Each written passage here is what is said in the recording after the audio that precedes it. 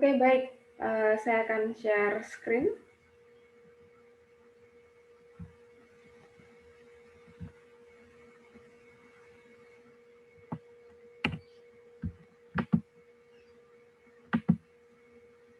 Overview hari ini nanti akan ada beberapa materi tentang pengenalan komputer, kemudian ada sejarah perkembangan komputer, kemudian ada komponen-komponen sistem komputer.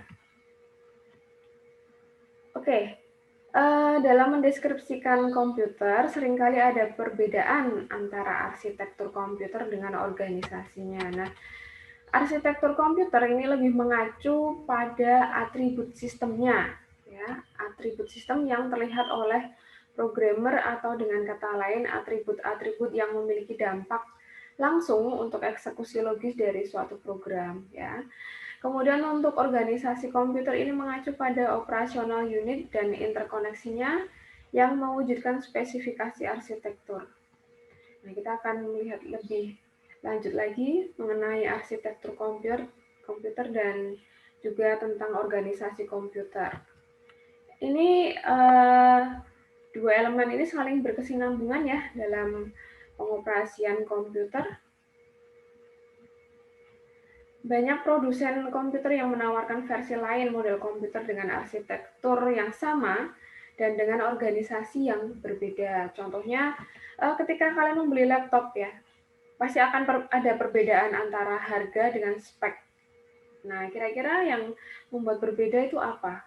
Ya, biasanya akan terasa perbedaan dari harga itu mungkin entah dari prosesornya atau dari storage-nya, kemudian mungkin ada beberapa fitur-fitur lain yang kemudian membuat laptop itu menjadi mahal gitu ya. Tetapi tidak mengubah fungsi dari laptop atau komputer tersebut. Nah, hal ini berakibat adanya perbedaan versi yang memiliki harga dan kinerja yang berbeda. Nah, saya mau tanya nih, apakah di sini teman-teman sekalian ada yang mempunyai RAM sampai 8 GB? Adakah? Moses 16, Bu. Wow, oke. Harganya berapa sekarang untuk yang 16? Ada yang tahu? Sejutaan, Bu. Udah kalau 1 juta. tergantung speednya, Bu. Ya, oke, baik. Kira-kira kegunaan RAM itu apa? Kenapa kita harus mengacu untuk kalau seumpama dia kapasitasnya lebih besar, berarti itu lebih baik. Kira-kira tujuannya apa sih? Kegunaannya apa sih? RAM itu? Ada yang tahu? Kegunaan RAM itu apa, teman-teman? Biar nggak lag, Bu, kalau buka aplikasi. Oke, selain itu apa? Untuk menyimpan data aplikasi, Bu, yang masih aktif. Ya, oke, baik. Storage itu untuk menyimpan data atau menyimpan dan membaca data? Kira-kira yang mana nih? Menyimpan dan membaca data, Bu. Oke, berarti storage itu termasuk apa? Device apa? Termasuk input-output kah? Input-output, Bu. Oke, baik. Untuk RAM, ya, mungkin ini gambaran saja. Mungkin kalian ketika nanti akan mengambil skripsi terutama tentang pengolahan komputer ya, pengolahan citra yang akan melibatkan beberapa image dan juga mungkin ada beberapa gambar yang harus kita olah di sana.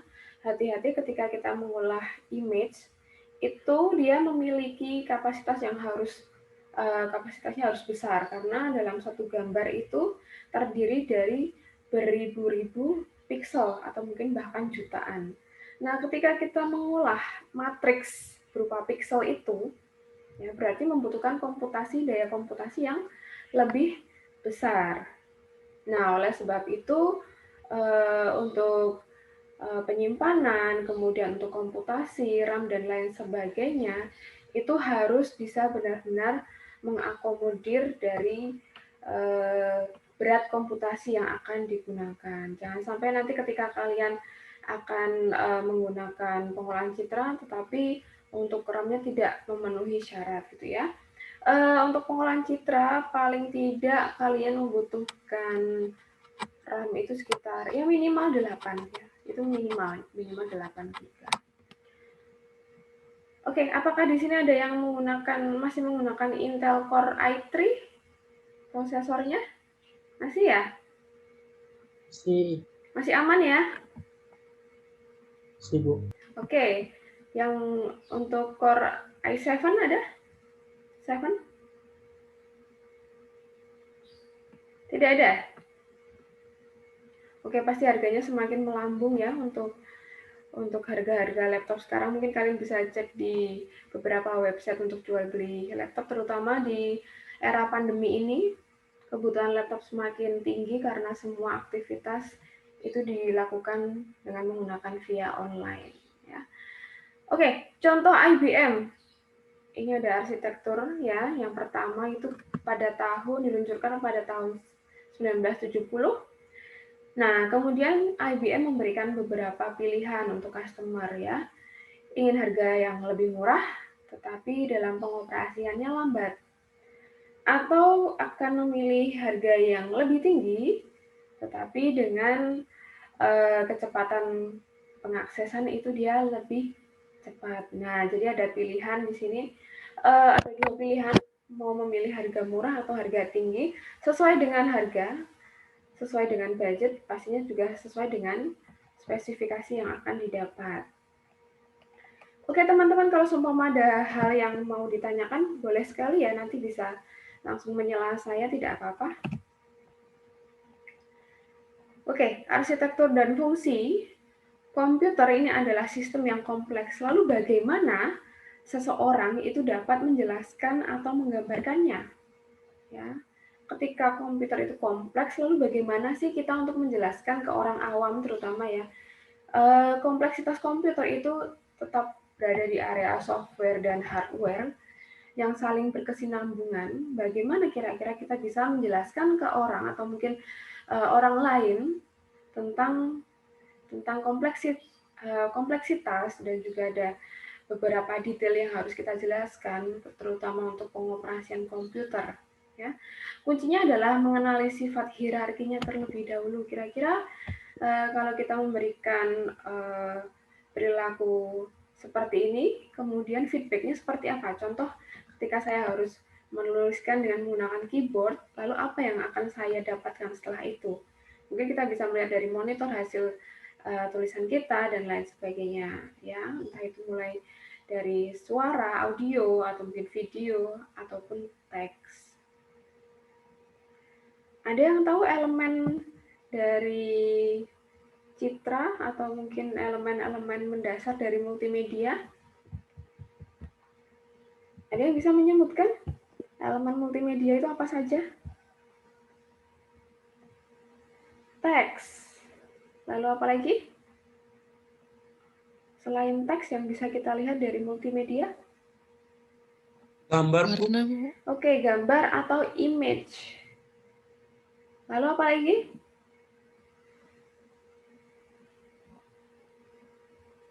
Video termasuk nggak?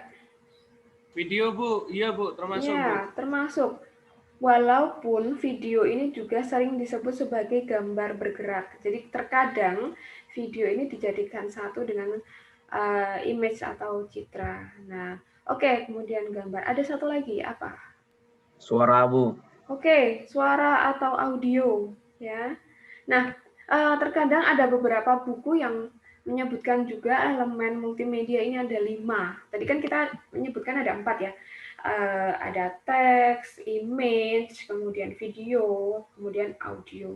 Nah, terkadang ada beberapa acuan yang juga menyebutkan adanya satu elemen lagi dari multimedia, yaitu, ada yang tahu? Animasi, Bu. Betul, animasi.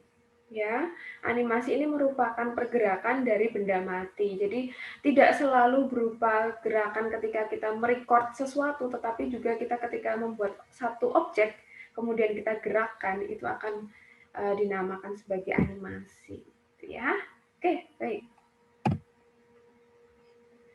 Sistem hierarki adalah sekumpulan subsistem yang saling terkait. Kemudian masing-masing berkesinambungan hingga mencapai tingkat yang paling bawah. Di setiap tingkat, dia memperhatikan struktur dan fungsinya. Struktur ini bagaimana komponen itu saling terkait. Kemudian untuk fungsinya, operasi pada masing-masing komponen sebagai bagian dari arsitektur. Nah, ini nanti ada strukturnya, kemudian ada fungsinya untuk arsitektur. Oke, kita masuk pada function. Fungsi dasar yang dapat dilakukan komputer secara umum terdiri dari 4, yaitu pengolahan data, kemudian ada penyimpanan data, perpindahan data, dan juga kontrol. Oke, mungkin kalian pernah mengalami flash disk kalian rusak atau mungkin hard disk kalian rusak. Pernah mengalami memori kalian rusak? Oh, bukan memori kalian. Pernah, Bu. Memori device kalian rusak, pernah ya? Pernah, Bu. Nah, itu kira-kira disebabkan oleh apa, teman-teman? Virus. Virus. Ada yang lain lagi? Umur kalau flash disk. Umur. Oke. Kenapa flash disk atau mungkin device memori yang lain itu sangat berpengaruh dengan umur? Umur itu dilihat dari berapa kali device tersebut mengalami perpindahan data. Ya, jadi umur dari flash disk kalian, mungkin hard disk eksternal kalian, atau mungkin beberapa memori eksternal yang lainnya. Kenapa dia bisa rusak? Karena sudah mencapai N kali perpindahan data. Jadi kalau kalian sudah sering menggunakan flash disk, gitu ya, kemudian menggunakan hard disk eksternal yang melibatkan perilaku delete, save, kemudian ada beberapa perpindahan folder satu ke folder yang lainnya, itu akan mengurangi umur dari flash disk tersebut. Gitu ya teman-teman ya. Sampai sini paham? Paham ya? Paham, Bu. Paham, Bu. Baik. Selanjutnya, ini ada gambaran atau analogi operating environment untuk source dan destinasi dari data. Nah, ini akan ada 2 alur ya, data movement, kemudian ada kontrolnya, ada data storage, dan juga data processing. Ini semua saling berkesinambungan secara hierarki. Komputer harus bisa melakukan proses data pastinya. Ketika dia tidak bisa memproses data, jangan sebut device tersebut adalah komputer, ya. Kemudian move data, ini ada perpindahan data yang harus bisa dilakukan oleh komputer dan juga untuk kontrolnya.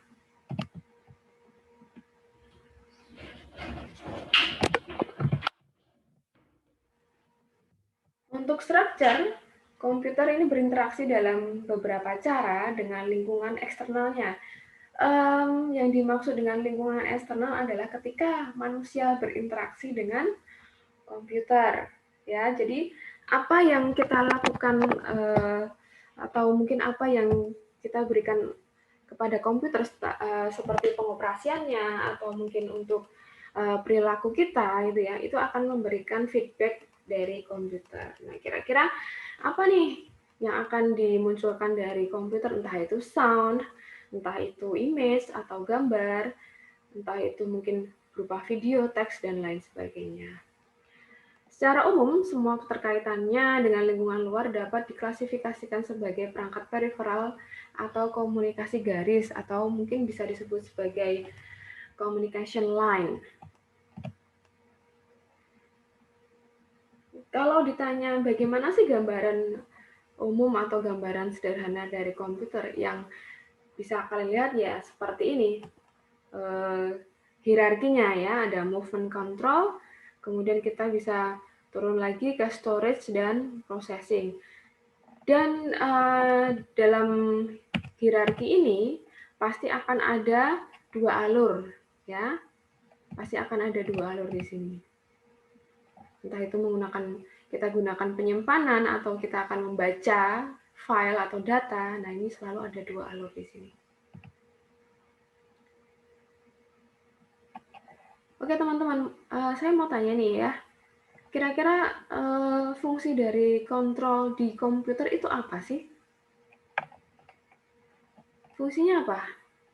Ngontrol apa? Ada yang tahu? Kalian pasti tahu penting, tapi untuk apa tujuannya? Mengontrol apa?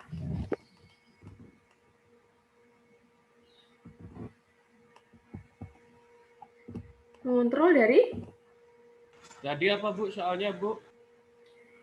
fungsi atau tujuan dari kontrol komputer itu apa? Ada yang tahu?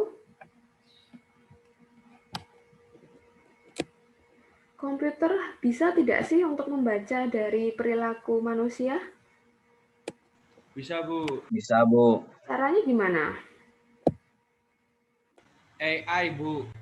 Oke, nah ada kontrol di sana untuk melihat pengoperasian dari manusia atau interaksi dari manusia di dalam komputer atau di dalam proses ya, itu akan memberikan suatu kontrol dari komputer untuk memberikan movement atau feedback yang akan diberikan dari komputer. Jadi ketika kita klik open atau klik dengan menggunakan mouse 2 kali, seharusnya komputer itu tahu bahwa itu adalah kontrol untuk open data atau open folder ya. Jadi kontrol di sini adalah untuk melihat kira-kira interaksi dari eksternal itu seperti apa dan kemudian komputer itu harus memberikan feedback apa. Nah, di situ kontrol akan sangat berfungsi di sana. Oke, baik. Untuk struktur utama dari sistem komputer, di sini ada peripheral. Peripheral itu seperti device ya, device yang biasa kita gunakan. Kemudian ada communication lines. Communication lines ini adalah komunikasi secara linear ya, jadi satu arah. Kemudian komputer ini terdiri dari storage dan juga processing. Oke, nah ini ada 4 komponen struktur utama. Ada Central Processing Unit atau CPU. Kalian sering ya menggunakan istilah CPU.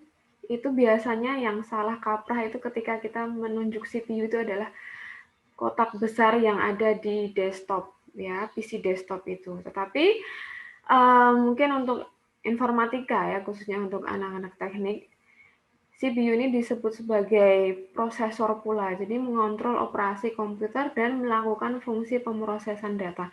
Bukan sekedar case-nya saja, tetapi di sana juga CPU disebut sebagai prosesor. Kemudian ada main memory. Ini adalah penyimpanan data, input-output, memindahkan data antara komputer dan lingkungan eksternalnya. Ketika kita menginputkan dengan menggunakan keyboard, kemudian kita bisa membacanya dari hasil inputan kita melalui monitor, yaitu device output-nya. Kemudian sistem interconnection. Beberapa mekanisme yang menyediakan komunikasi antara CPU, memori utama, dan juga input-output. Nah, ini ada sistemnya yang untuk memberikan komunikasi antara CPU, memori utama, dan juga device input-output. Kalian masih ingat kemarin ketika saya tanya input-output itu apa saja device-nya? Keyboard itu apa? Device apa? Input, Bu. Input. Kalau mouse? Input, Bu. Input, Bu. Untuk kamera digital? Input dan Input, output. output. Output, Bu. Oke, input dan outputnya. Oke, kalian sudah paham ya untuk device input outputnya? Oke, CPU, komponen struktural dari CPU ini adalah control unit, kemudian ada ALU, arithmetic and logic unit, registers, dan juga CPU interconnection. Nah, fungsi dasar dari komputer kita anggaplah CPU ya. Di sini ada processing-nya di sana. Oke, kembali lagi CPU bukan hanya sekedar case saja ya teman-teman ya. Jadi CPU ini ada berupa device yang memang terdapat aktivitas processing di sana. Kemudian ketika ada proses, pastinya akan ada input. Ketika tidak ada input, tidak akan ada data yang diproses. Input itu bisa melalui mouse, bisa melalui keyboard, atau mungkin bisa melalui mikrofon. Ya. Kemudian ketika kita menginputkan data, komputer akan memproses.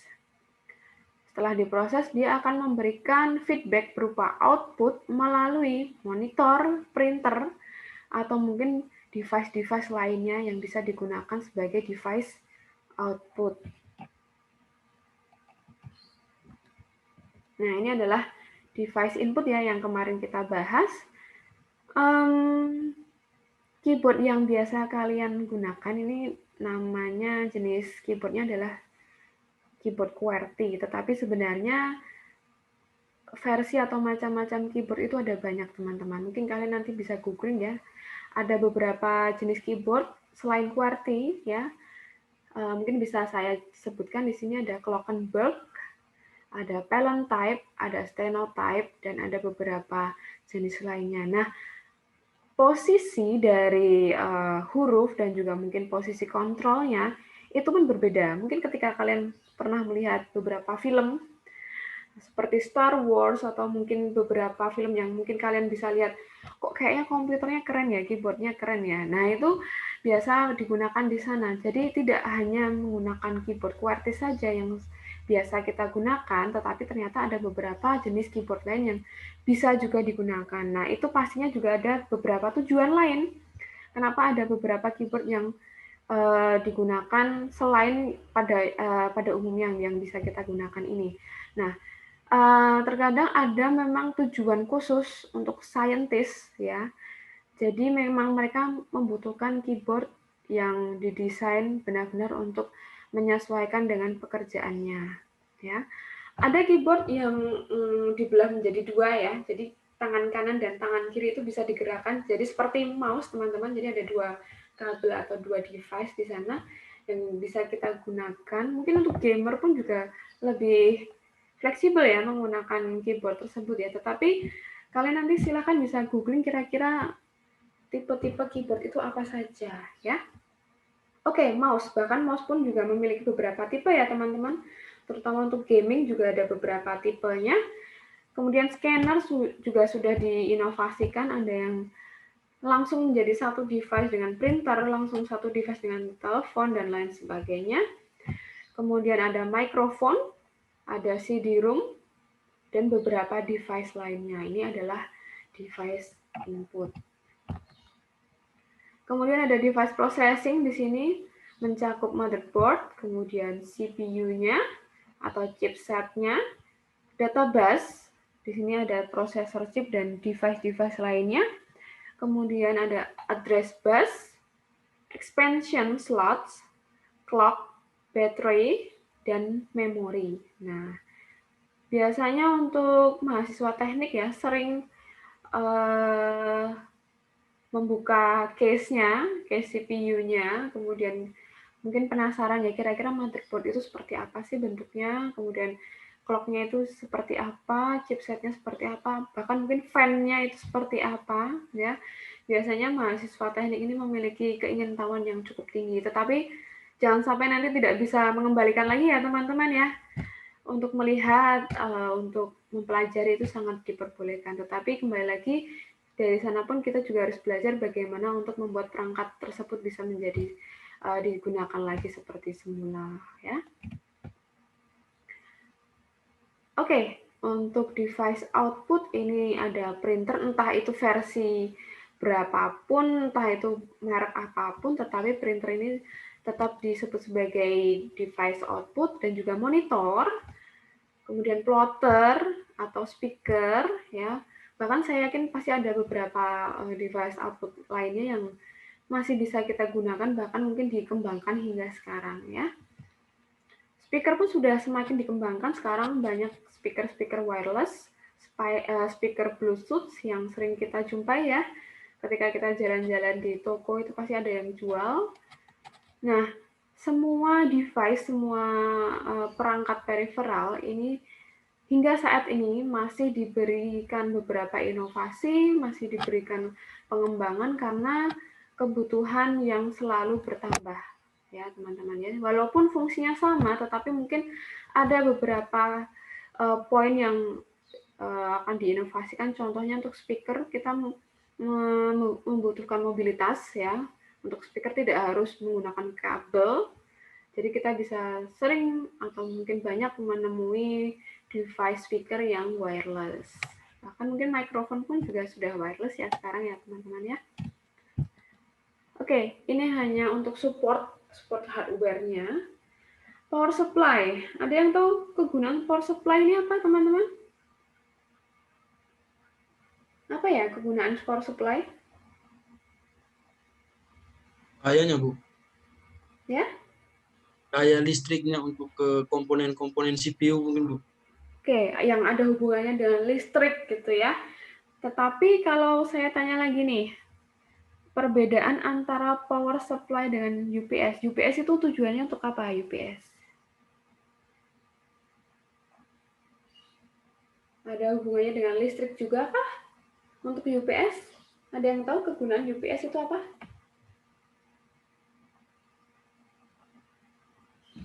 Untuk menstabilkan tegangan, Bu. Oke, baik. UPS. Ya, terima kasih untuk jawabannya. Saya senang ya kalian kalau aktif seperti ini ya. Tidak ada yang salah, tidak ada yang benar. Saya tidak pernah menyalahkan ketika kalian menyampaikan pendapat ya. Oke, baik. Saya perjelas di sini ya teman-teman ya. Untuk support hardware, antara power supply dan juga UPS, ini sedikit ada keterkaitannya juga dengan listrik. Nah, tetapi kegunaannya apa nih? Power supply ini kegunaannya untuk menyalurkan listrik ya dari hasil komponennya. Sebentar, saya perjelas dulu. Jadi untuk power supply ini yang paling pokok, tujuannya yang paling pokok itu adalah mengaliri arus listrik untuk komponen-komponen atau hardware pada komputer dengan arus DC. Nah, arus DC ini adalah arus searah, teman-teman. Jadi, arus listrik yang masuk ke dalam power supply ini berupa arus AC. Ini adalah arus bolak-balik, tetapi kemudian power supply akan mengubah atau mengkonvert arus itu menjadi DC, yaitu arus searah. Ya, dia termasuk bisa mengontrol dari tegangan listrik gitu ya. Nah, kemudian UPS itu apa teman-teman tujuannya? Memang tidak jauh juga tentang hubungan dengan listrik ya, tapi diperjelas juga bahwa UPS ini merupakan sebuah hardware penting dengan fungsi utama menyimpan dan menyuplai daya listrik. Nah, terkadang kita mungkin terbalik ya antara power supply dengan UPS. Jadi contohnya ketika listrik padam, itu yang bisa menyelamatkan komputer kita adalah power supply. Tetapi sebenarnya yang menyuplai, yang menyimpan daya listrik itu adalah UPS. Dan power supply ini hanya untuk mengalirkan arus dari AC menuju ke DC satu arah itu tadi, ya. Sehingga saat aliran listrik itu dari sumber utama PLN itu padam, power supply, UPS ini masih memiliki pasokan listrik ke output atau peralatan elektronik. Jadi dia tidak akan membuat komputer itu menjadi cepat rusak. Jadi ada suplai listrik yang disimpan di dalam UPS, gitu ya teman-teman ya. Sampai sini pahamkah perbedaannya power supply dengan UPS? Paham Bu? Paham, Bu. Paham ya? Paham, Bu.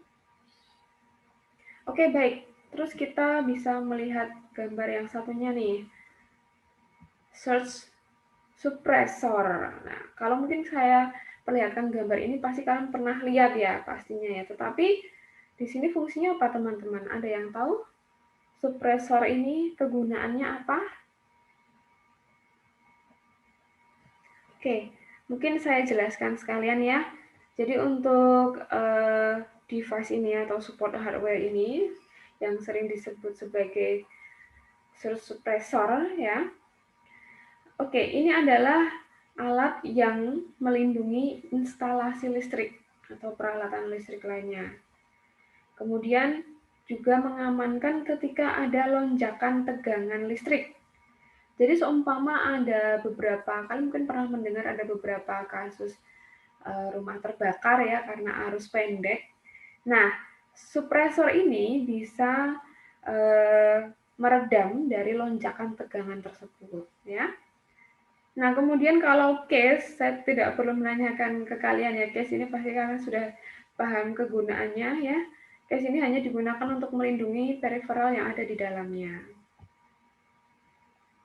Sehingga ketika ada benturan atau mungkin debu, dia tetap bisa menjaga device penting yang ada di dalamnya. Entah itu sebenarnya untuk case-nya tidak terlalu tergantung dengan merek ya teman-teman ya. Bahkan ini pun bisa case-nya pun bisa ganti, kita bisa ganti-ganti case. Entah itu mau menggunakan case yang brand apa atau memilih yang transparan supaya terlihat lampu-lampunya. Kira-kira lampunya itu ada fungsinya nggak sih?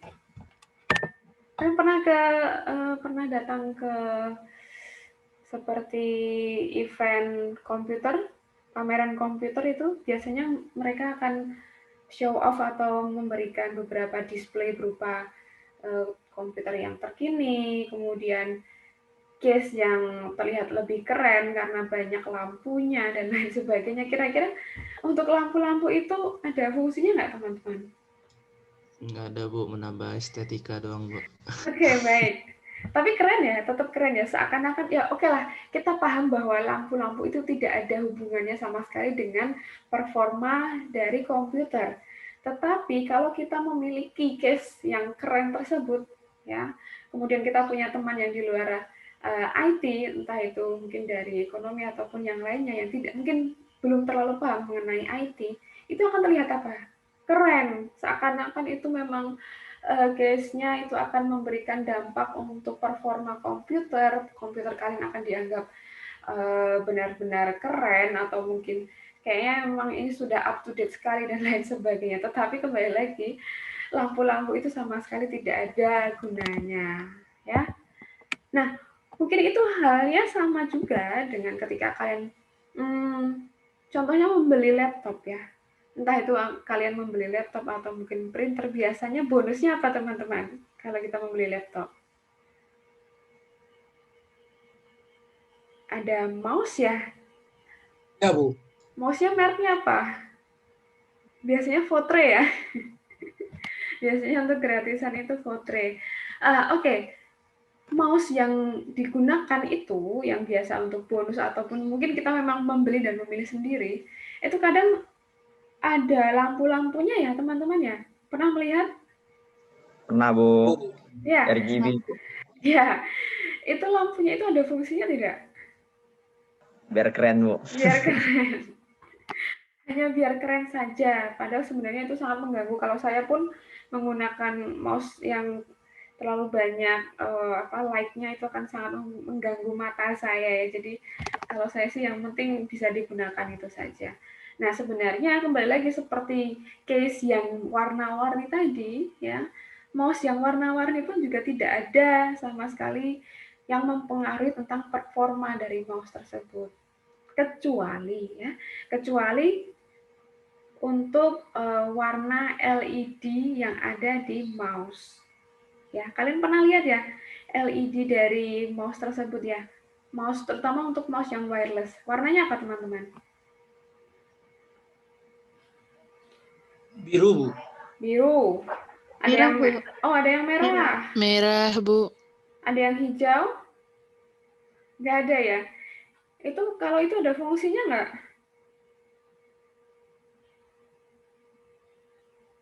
Atau nggak ada? Ada fungsinya tidak? Oke, saya tanya dulu deh. Ada perbedaannya tidak antara performa dari yang LED berwarna merah dengan yang berwarna biru? Ada perbedaannya kah, teman-teman? Atau yang penting keren? Bu, kayaknya kalau yang merah itu sudah jadul. Yang up to date itu yang warna biru.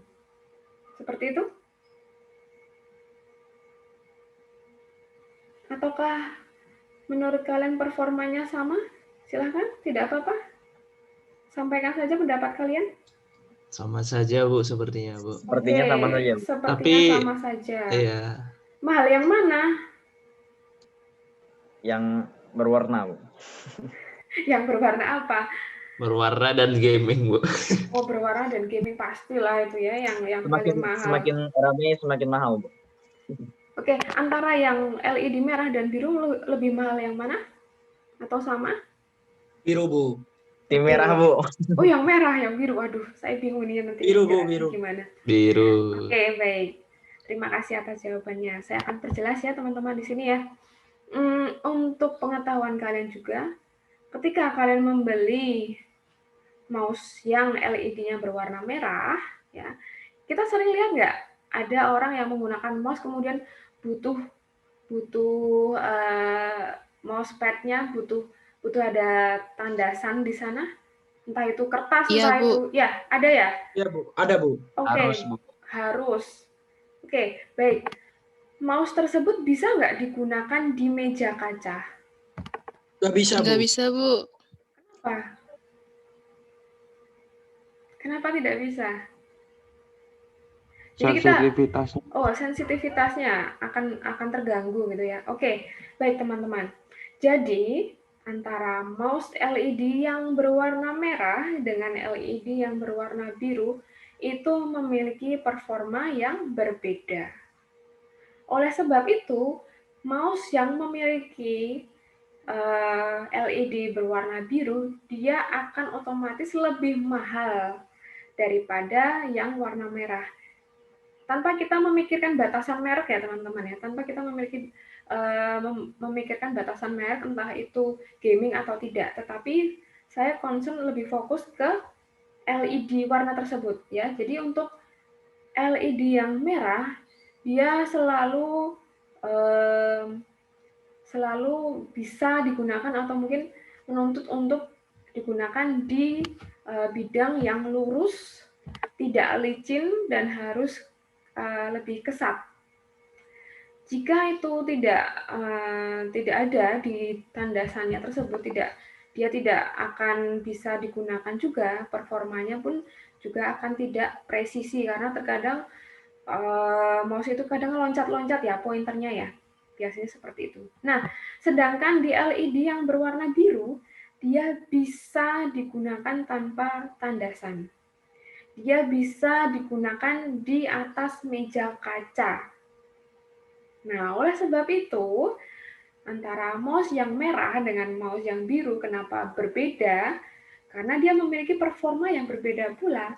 Ketika diberikan performa yang berbeda, otomatis untuk harganya pun juga berbeda. Nah, mungkin kalau kalian penasaran, kalian bolehlah pinjam mouse teman kalian yang mungkin memiliki mouse yang berwarna biru. Atau mungkin kalian punya biru tetapi tidak punya yang warna merah.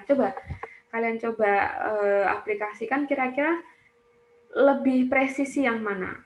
Ya, kalau kita melihat lebih presisi yang mana, pastinya lebih presisi yang warna biru. Karena dia tidak menuntut tandasannya berupa apa, atau mungkin harus teksturnya seperti apa. Dia tidak.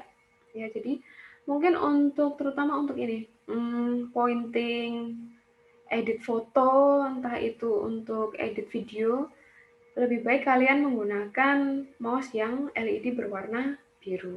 Nah, sampai sini apakah paham teman-teman? Paham, Bu. Paham, Bu. Oke, baik. Bu. Oke, baik. Terima kasih teman-teman. Nah, ini ada computer history mulai dari tahun 1946 hingga sekarang, tetapi memang di sini dari acuan buku yang saya gunakan tidak menjelaskan hingga tahun ini ya teman-teman ya. Tetapi paling tidak kita tahu bahwa komputer itu sudah digunakan sejak tahun 40. Nah, dulu bentuk case CPU itu sekitar sebesar ruang kelas teman-teman. Ya. Jadi mungkin kalian nanti bisa googling kira-kira komputer pertama yang ditemukan IBM itu bentuknya seperti apa. Ya, nanti akan muncul itu hasil gambarnya kira-kira bentuknya seperti apa. Ternyata proses atau processing yang ada di sana itu ada di dalam satu ruangan. Jadi kita bisa masuk gitu ya. Kita bisa masuk kemudian cek kira-kira apa nih yang error. Jadi kita harus melihat satu sisi dengan sisi yang lainnya. Oke, baik. Kemudian saya mau tanya lagi nih. Kalian pernah mendengar simbol bug? Itu simbolnya apa? Bug itu simbolnya apa, teman-teman? Kita mencari bug-nya nih, gitu. Simbolnya apa? Kutu. Kutu. Ada yang menyampaikan juga seperti serangga, itu ya. Itu kira-kira kenapa, teman-teman? Kenapa harus dibuat simbol seperti itu? Kenapa dianggap itu adalah bug? Kira-kira apakah ada yang tahu sejarahnya? Tidak ada? Oke, saya jelaskan ya di sini ya. Jadi dalam satu ruangan tersebut pernah terjadi komputer itu mengalami error. Ya. Setelah pengecekan sekian lama, tetapi tidak sama sekali ditemukan error yang terdapat di sistem. Nah, kira-kira errornya apa, teman-teman? Saat itu ada beberapa mungkin developer di sana yang melakukan pengecekan. Apa yang salah, apa yang error, atau mungkin ada beberapa lonjakan tegangan yang membuat sistem tersebut semakin menjadi lambat atau mungkin error ya.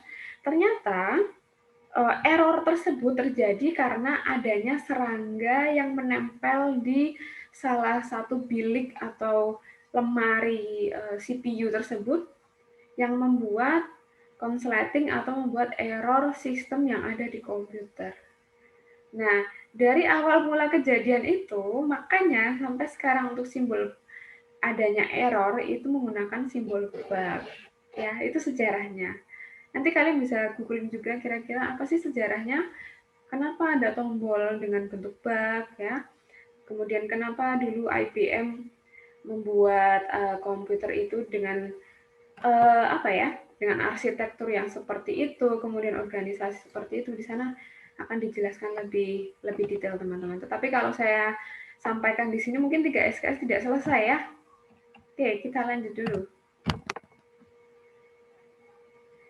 Jadi ini ada beberapa generasi ya. Ini mulai dari tabung hampa, ini adalah generasi pertama. Kemudian ada generasi kedua yaitu IBM 7094. Kemudian ada generasi ketiga, ini adalah Integrated C atau IBM System. Kemudian ada generasi keempat, ini adalah, oh tidak kelihatan ya, sorry, nanti akan saya edit ya di sini ya, ada Intel. Kemudian untuk review sistem bilangan, di sini ada bilangan biner, bilangan desimal, bilangan oktal, dan bilangan heksadesimal. Komputer itu tidak bisa membaca bahasa manusia ya teman-teman ya, jadi bilangan-bilangan ini akan memberikan jembatan untuk kita ketika kita akan berkomunikasi dengan komputer. Nah, ini hanya untuk contoh saja, paling tidak kalian tahu perbedaan desimal, heksadesimal, oktal, dan char, dan lain sebagainya. Nah, sering nanti akan kita jumpai ketika kita melakukan coding ya. Nah, ini tadi yang saya sampaikan teman-teman. Ketika kita mengoperasikan atau kita memanipulasi suatu image itu adalah terdiri dari beberapa pixel, di mana pixel itu akan dianggap matriks. Nah, gambar ini akan bisa kita ekstraksi berupa pixel, kemudian ada color scheme, dan juga akan menghasilkan heksadesimal. Ya. Jadi kalau kita lihat secara utuh, ya gambar ya memang hanya seperti itu saja, tetapi kita bisa melihat di sini ada kompleksitas bagaimana komputer membaca satu gambar, teman-teman. Jadi di sini dia akan melihat dari pixelnya terlebih dahulu, kemudian dari color scheme-nya, dan kemudian dia akan melihat dari heksadesimal. Ya, baru dia akan memberikan feedback berupa warna, berupa mungkin koordinat, karena ketika dia salah memberikan koordinat dalam satu titik atau satu pixel, warnanya akan berbeda dan akan tidak terlihat seperti gambar pada mulanya. Gitu ya.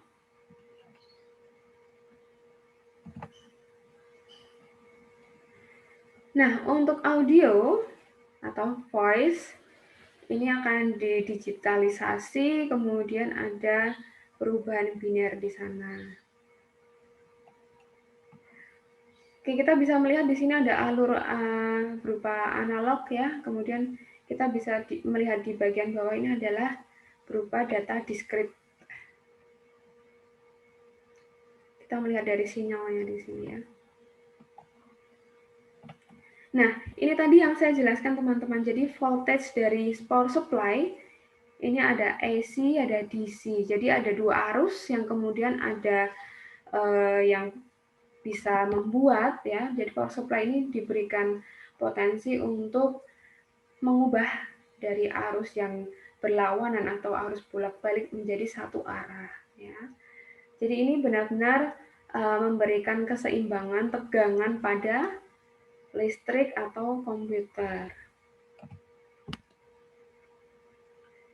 Nah, ini kalau kalian membuka case dari komputer kalian ya, kalian pasti akan melihat beberapa device ini ya. Kalau kalian ingin membongkar harus bisa pasang lagi ya teman-teman ya. Nanti jangan sampai kalian curious atau ingin tahu kira-kira dalamnya seperti apa, tetapi nanti tidak bisa mengembalikan lagi. Nah, ini adalah gambaran di dalam case komputer ya. Jadi ada power supply, kemudian ada CPU fan, ada case fans-nya. Jadi untuk fan-nya biasanya akan ada case-nya ya teman-teman. Jadi supaya perputaran fan-nya itu tidak mengganggu kabel-kabel di sekitarnya. Kemudian ada motherboard, kemudian ada optical drive, dan juga hard disk drive-nya. Yang bisa diganti-ganti kira-kira yang mana nih teman-teman? Atau bisa diganti semua? Enggak, Bu. Enggak. Oke. Iya, Bu. Yang tidak bisa diganti yang mana nih? Power mungkin, Bu. Oke, baik. Kita bisa beli hard disk nggak di luar? Bisa ya? Bisa, Bu. Bisa, Bu. Bisa, Bu. Kalian bisa, Semua bisa, Bu. memasang? Semuanya bisa, Bu. Tidak bisa masang, Bu. Oh, tidak bisa memasang. Belum bisa, Bu. Belum Bisa, bisa. Bu. Oke, baik teman-teman. Memang sebenarnya ini saya bisa menyebutkan kelemahan ya. Kelemahan informatika itu dia lebih mempelajari software daripada hardware-nya. Kenapa? Karena kita mungkin tidak diberikan pelajaran atau mata kuliah bagaimana kita membongkar dan memasang device tersebut. Karena sebenarnya menurut saya itu termasuk hal yang penting ya teman-teman ya. Tapi biasanya yang lebih concern pada hardware ini adalah jurusan elektro. Dia bisa memiliki kemampuan atau mungkin materinya lebih luas ya. Jadi mereka bisa mempelajari hardware-nya dan juga software-nya. Nah, kelemahan kita sebenarnya itu teman-teman. Jadi saran saya sih ya, kalian juga jangan hanya berhenti dari slide yang saya berikan ya. Jadi kalian boleh sekali seumpama ingin mempelajari mengenai hardware, boleh sekali pula kalian membuka CPU-nya atau case-nya ini untuk melihat kira-kira bagaimana sih bentuknya, kemudian bagaimana pengoperasiannya dan lain sebagainya. Tetapi jangan lupa untuk bisa mengembalikannya seperti semula. Nah, ini kalian juga perlu mempelajari ya, harus terjadi trial and error juga. Nah, siapa tahu ada beberapa desktop atau desktop PC yang tidak digunakan, nanti mungkin kalian bisa membuka, mempelajari device-nya, kegunaannya apa, seperti itu ya. Jadi untuk device ini yang ada di case ini, semuanya sebenarnya bisa diganti ya teman-teman ya.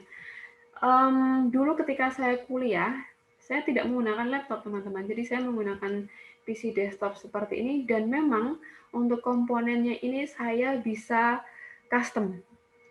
Jadi ada beberapa gerai komputer ya.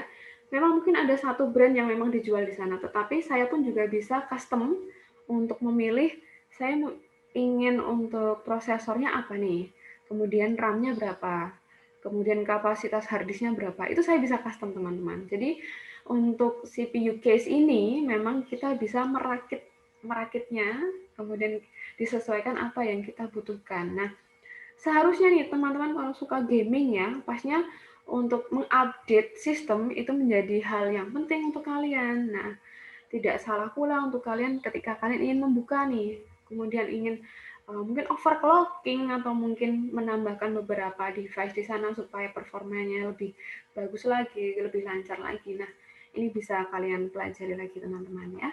Oke, saya lanjut dulu. Oke, ini ada AC power jack, kemudian ada dual voltage, power indicator. Ini untuk penomorannya sudah saya sesuaikan ya teman-teman ya dengan gambar. Kemudian ada konektor, SATA power, secondary, motherboard, dan juga floppy drive, primary power. Nah, oke. Jadi device di dalam komputer pun sudah cukup kompleks, apalagi pengoperasian di dalamnya ya teman-teman ya. Jadi itulah kesulitannya mahasiswa teknik bagaimana ketika kita menyampaikan ke mungkin orang awam bagaimana cara pengoperasian suatu komputer. Nah, dulu ketika saya baru saja selesai S1 ya, saya selesai wisuda, itu saya dianggap teknisi teman-teman. Jadi setelah saya wisuda, kemudian ada beberapa orang atau tetangga yang datang ke rumah saya untuk meminta bantuan untuk install dan uninstall. Nah, padahal sebenarnya ilmu kita tidak hanya sekedar itu ya teman-teman ya. Jadi memang untuk menjelaskan bahwa kita lulusan teknik informatika itu tidak sesimpel kita menjelaskan kita nanti akan makan apa, karena saya suka ABC, entah saya hobi ABC, tetapi ketika kita menjelaskan tentang jurusan kita, informatika, dan juga cara pengoperasian komputer itu bahkan tidak semua orang bisa mengerti. Ya.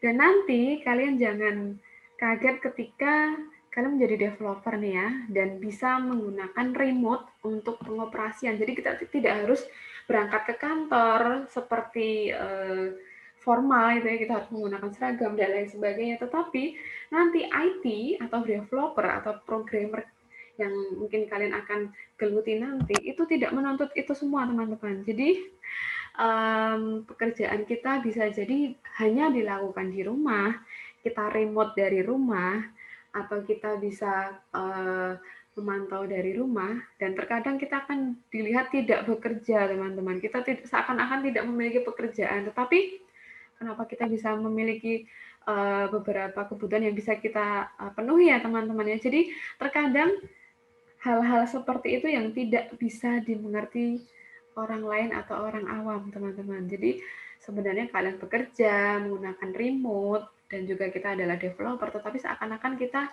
hanya pengangguran saja. Nah, itu informatika nanti pekerjaannya seperti itu, teman-teman. Tetapi tidak menutup kemungkinan juga kalau kalian nanti juga memiliki kantor yang bisa kalian optimalkan di sana. Kemudian mungkin ada beberapa analisa yang harus dilakukan di suatu perusahaan dan lain sebagainya. Gitu ya. Nah, ini hanya pengalaman saja yang saya sampaikan, nantinya bagaimana ketika kalian masuk di dunia kerja. Oke, baik teman-teman, apakah ada pertanyaan untuk materi hari ini? Jelas ya? Jelas, Bu. Oke, jelas ya. Baik teman-teman, jika tidak ada pertanyaan untuk materi hari ini sudah selesai ya. Kemudian ini informasi untuk kalian pula, mungkin untuk minggu depan kita hanya menggunakan via LMS ya teman-teman ya. Kita tidak menggunakan via Zoom. Nanti untuk materinya akan saya upload di sana. Karena peraturan dari kampus pun kita tidak boleh memberikan pertemuan via Zoom lebih dari setengah pertemuan. Ada dalam satu semester ini tidak boleh melebihi setengah pertemuan dari keseluruhan. Jadi mungkin nanti akan saya supply juga untuk materinya via LMS, tetapi untuk presensinya tetap ya teman-teman ya. Presensinya tetap pukul 7. Nanti silakan untuk pukul 7 bisa langsung presensi dan sekalian download video atau mungkin PowerPoint yang ada di LMS sesuai dengan jadwal. Gitu ya teman-teman ya. Jelas? Jelas, Bu. Oke. Jelas, Bu. Baik, terima kasih. Apabila tidak ada pertanyaan dan belum ada pertanyaan yang lain, materi hari ini sudah selesai. Nanti kita akan jumpa lagi di kuliah berikutnya. Semoga kalian dalam keadaan sehat, kuliah saya akhiri. Selamat siang. Terima kasih.